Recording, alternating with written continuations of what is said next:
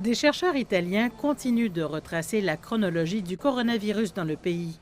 Ils sont remontés jusqu'à une Milanaise de 25 ans comme le nouveau premier cas connu du pays depuis le 10 novembre 2019.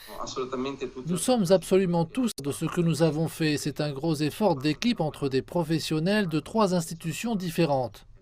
L'étude menée par l'Université de Milan, le Centre de diagnostic italien et l'Institut européen d'oncologie a retesté la biopsie non résolue de la femme pour la dermatite.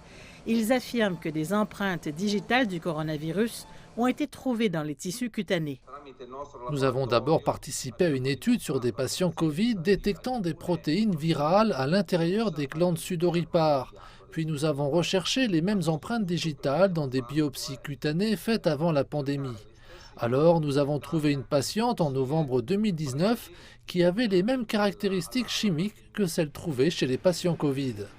Ces résultats aident à dresser un tableau de la phase initiale de l'infection en Italie avant le premier cas clinique signalé à la fin février 2020. Le mois dernier, des scientifiques de l'Université de Milan ont diagnostiqué rétrospectivement un garçon de 4 ans. À la fin du mois de novembre 2019, il s'est présenté à l'hôpital avec des difficultés respiratoires et une éruption cutanée.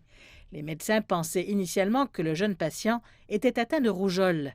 1 an plus tard, son échantillon a été testé au CoV-SARS-2 et s'est avéré positif.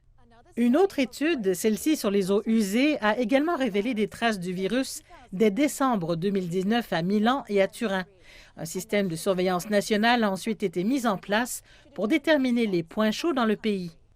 Les chercheurs estiment que lentement mais sûrement, d'autres pièces du puzzle de la pandémie italienne seront révélées. Nous espérons que notre découverte crée une possibilité de collaboration avec d'autres groupes de recherche et que ce n'est donc pas un point d'arrivée mais un point de départ pour d'autres observations. Il s'agit de possibles découvertes clés alors que l'Italie entre dans sa prochaine phase de récupération post-pandémie.